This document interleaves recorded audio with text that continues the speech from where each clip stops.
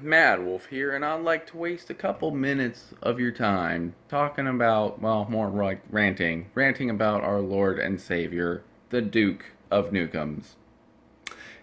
Actually, that's a load of crap because let's face it, Duke Nukem doesn't really save anybody, especially the women's. But anyway, so Duke Nukem started off as a side scroller. It was pretty fun. It was pretty cartoonish, and it was pretty child friendly. You know, you got to run around with your magenta colored vest, and his name had two U's. And yeah, it was a pretty good platformer, you know, back in the early '90s, 1991. Although it did have the dreaded PC speaker because, you know, God forbid Apogee actually did bother putting in Sound Blaster at the time.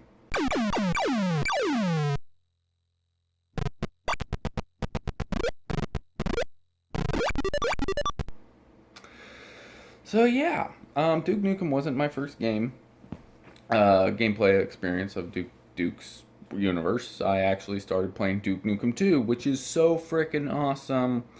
I mean, just check out this music, check out this gameplay.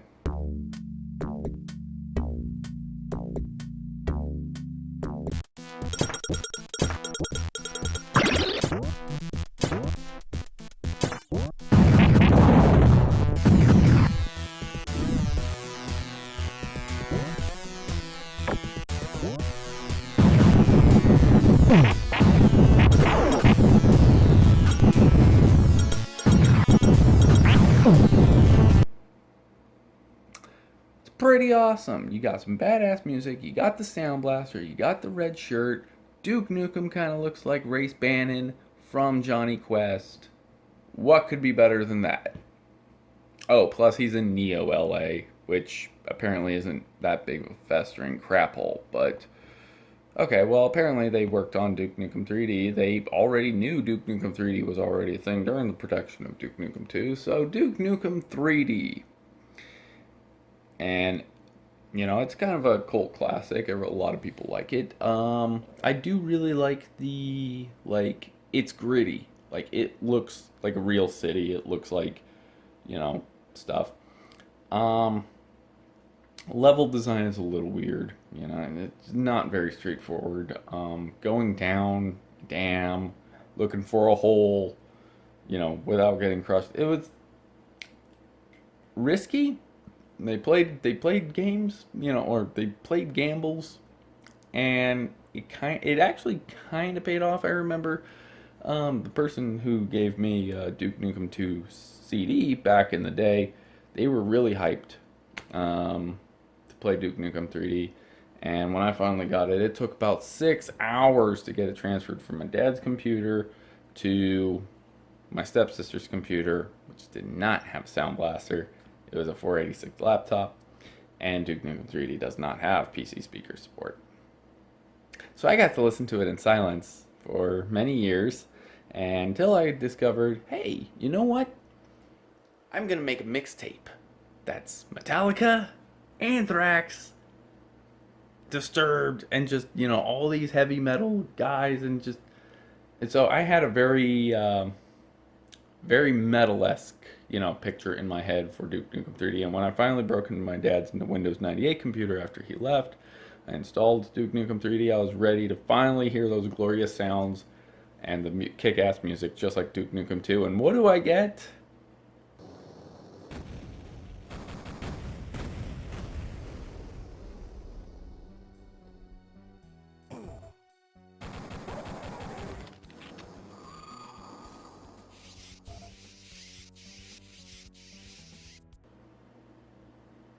Why the hell does Duke Nukem 3D kind of have music that should fit Doom? Seriously, I want to ask this question, and I do make fun in my reviews, but Duke Nukem 3D has a pretty rockin' theme song. Then the gameplay has kind of creepy ambient music. Then you play Doom, which has creepy ambient music in the title screen, and then a rocking soundtrack throughout the gameplay. Why the hell did these two music soundtracks somehow get mixed up? Anyway, so Duke Nukem 3D, urban environments, heavily influenced, I'd say, by H.R. Giger and the Alien movies. There's a lot of one-liners in it. It's poking fun at 90s culture, the films, that sort of thing. The one thing that really bugs the crap out of me about Duke Nukem 3D, he does not save the babes. Seriously, what the hell kind of hero does that? Once again, another joke I made in the review. It's like, what the hell kind of hero doesn't save anybody? So, but anyway, it's 1994, 1995. I mean, you get what you can get. All they had to do was turn them into sprites that you hit the space bar on, and then boom, it pops up in the tally screen. The Nintendo 64 versions did this. 64. The family-friendly evil corporation that is Nintendo actually put in rescuable babes in the Nintendo 64 ports. So let's flash forward. Duke Nukem Forever. And there's a lot of hate for this game. Just like I'm hating how my arm is feeling holding this camera up. But yeah, there's a lot of hate for this game, and well, it looks dated. The game would have been fine if it was released 10 years ago. 10 years before Duke Nukem Forever existed, Doom 3 didn't even exist.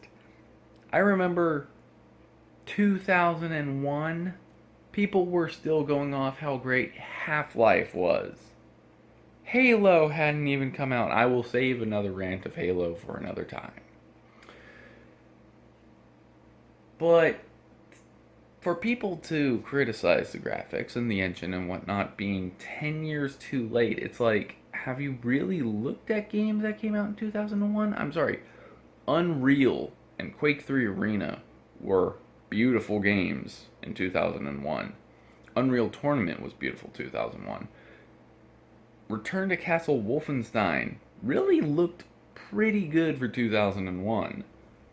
I think Halo came out in 2002, and you know you're comparing Duke Nukem Forever's graphics to these games and that era. Have you even seen the trailers for Duke Nukem Forever? It did not look that good. The original Duke Nukem Forever, I'm sorry, did not look nearly that good. Maybe 2006. But at the same time, is the gameplay fun? That's what it really all comes down to. And honestly, it's got some bad jokes in it. Some kid's mom says she knows exactly where she would stick pint-sized Duke Nukem. Yeah, way to say that, Mom, right in front of your child. You also, and like, what is he, 5? Mommy, Daddy, where do babies come from? It's called sex. Mad Wolf, if there's any children in the audience, I'm sorry. Mad Wolf has just spoiled your childhood. There's no such thing as storks. I'm sorry. I am sorry. It's a special kind of hug. That's all you need to know. But yes, or you could have the mom from Duke Nukem Forever. It really doesn't matter. I would say I'm a little bit more mild and a little bit more honest than that mom from Duke Nukem Forever. Are the female twins annoying in Duke Nukem Forever? Well, yeah, they're meant to be ditzy and kind of poking fun at pop icons, but come on, that's what the game is meant to be. It's just poking fun. It's meant to be silly. It's not meant to be serious. That is another thing I forgot to get into with Duke Nukem 3D. The puzzles, the stupid button puzzles, really just get in the way of the action. And in Duke Nukem Forever, they have Half-Life physics puzzles, which once again, I'm like, God, it's one of the things I hate about Half-Life. Let's stop this action-packed gameplay, this exploration, so that we could play with physics puzzles.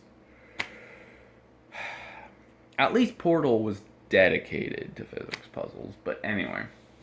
So yeah, physics puzzles ruin the action. But there was some issues when the game first came out. For example, Duke Nukem could bench press over 600 pounds. However, he has a 2-weapon limit carry, similar to Master Chief in Halo. Why? I mean, Duke Nukem is the man that kicks down doors, kills alien ass, and saves the women. Well, he doesn't really save the women. That's only the Nintendo 64 family-friendly Duke Nukem. But still, having 2 guns? And then they released a patch and they updated it, and he can carry 4 guns now, which I'm like, okay. It's the Blake Stone Wolfenstein 3D kind of weapon logic, but it's cool. Yeah, good job trying to fix it, make people happy. How many game developers do you know actually do that? They actually listen to your complaints and they say, they make a point. Let's have them carry twice as many guns, which in this case is 4. So, anyway, is the gameplay fun? It's fun, it's silly, it makes some good jokes. Access denied. Red keycard required. Keycard? I don't need no fucking keycard. Do you know how many of us 90s kids got pissed when we couldn't find the keycards? Or the gold and the silver keys? Or how about all those skulls that were in Doom? That's another good question. Why is it in Doom you got keycards and then suddenly, I think it's episode 2, you get skulls? I'm not going to get into that. That's a conversation for a different time. But my point is, Duke Nukem Forever really isn't as bad as people laid it on to be. Blah, blah, blah, blah, blah. You guys should play it. All the people saying, oh, well, this is offensive to women. I'm sorry, you have not played Duke Nukem 3D. You have not remembered the strip clubs. You probably did not watch Beverly Hills Cop or probably a lot of those 90s action movies where it was just like, hey, let's go to a strip club. Deadpool did it. You people love Deadpool. I'm sorry. His girlfriend worked at a strip club. Stan Lee worked at a strip club. Duke Nukem has a strip club. Oh no, that's offensive. We can't have that. If I could use this hand right now, I would make my fingers into a crucifix. Bad, Duke Nukem. Bad.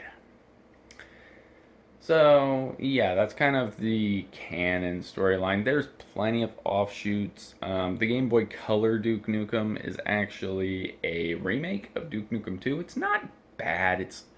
It's way cartoonish. Like, hell, and I realize Game Boy Color technology is limited, but they turned the Rigelatons, which kind of looked creepy in Duke Nukem 2. Like, they want to steal your brain and take over the planet, blah, blah, blah, blah, blah. And, yeah, they kind of made them look like purple tennis balls.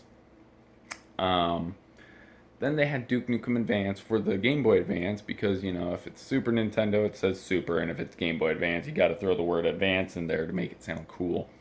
Duke Nukem Advance really wasn't too bad. And, you know, it's a pretty decent first-person shooter for the Game Boy Advance. I think that's kind of the age they were kind of experimenting. Hey, you know what, let's experiment. We're putting the first-person shooters into a portable game console. I have no idea what this action is supposed to be. It kind of sounds like a mix between Southerner and Bill Cosby, so give me a goddamn Jello pudding. And then there's Duke Nukem Critical Mass, which is actually, or not Critical Mass. I don't even know what that game is. I know it's for the Nintendo DS, but I've never played it. There's Duke Nukem Manhattan Project. That's the one I'm thinking of. And Manhattan Project is a side-scroller. It goes back to Duke's side-scrolling roots. The opening level even starts up with pixel graffiti on the side of a rooftop of Duke Nukem. And it's pretty fun. I think you do rescue babes in that one. And I will say, my only nitpick is it does do the Duke Nukem 3D graphic style, which is the gritty urban environments, and it just kind of loses that platform charm. But, once again, that's kind of what Duke Nukem evolved into, so you can't really say too much about that. Then there's numerous other Duke Nukem games for PlayStation, Nintendo 64, which, back to the people complaining Duke Nukem Forever is offensive to women, you really need to look into the game Duke Nukem Land of the Babes for the PlayStation, which I'm not even gonna address that. That was a thing. And honestly, I don't know why. I personally like the Nintendo 64 versions better. They still have the juvenile humor and stuff like that, but they're fun. They're more friendly. I don't know why they seem more friendly, but they do. The graphics seem more friendly. They're smoothed out. The PlayStation ones are kind of hideous with their pixels, and I don't know. I just never really got much into the PlayStation versions. Um, yeah, I think that's the final note. That's the final note. And once again, I'm not really complaining at people that are saying, "Oh, the game's offensive." If you're legitimately offended by it, you know, the positive thing that I could say is don't play it because you're going to get offended. You're going to have a negative experience, and you're going to hate the game. If if there's people out there that just say, "Oh, well, the game's fun. It's silly. We don't think too much of it." Don't try to take away their fun because they don't think too much of it. As far as the pervs out there, well, they're just going to be pervs, and the game really has no control over that.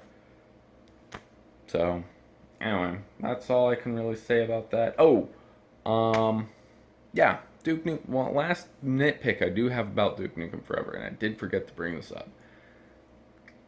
They did not fix that from Duke Nukem 3D. Duke Nukem 3D, you don't save the babes, and it's like, that's annoying. But you know what? It's 1994. Okay, limited technology. That's fine. Duke Nukem Forever, they still considered to be literally left hanging from the ceiling, half naked, and Duke can't bother saving them.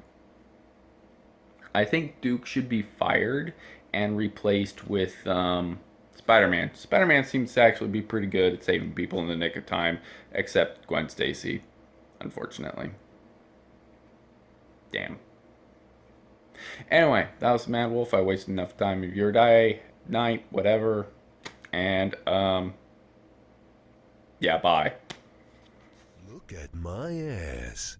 Do it now.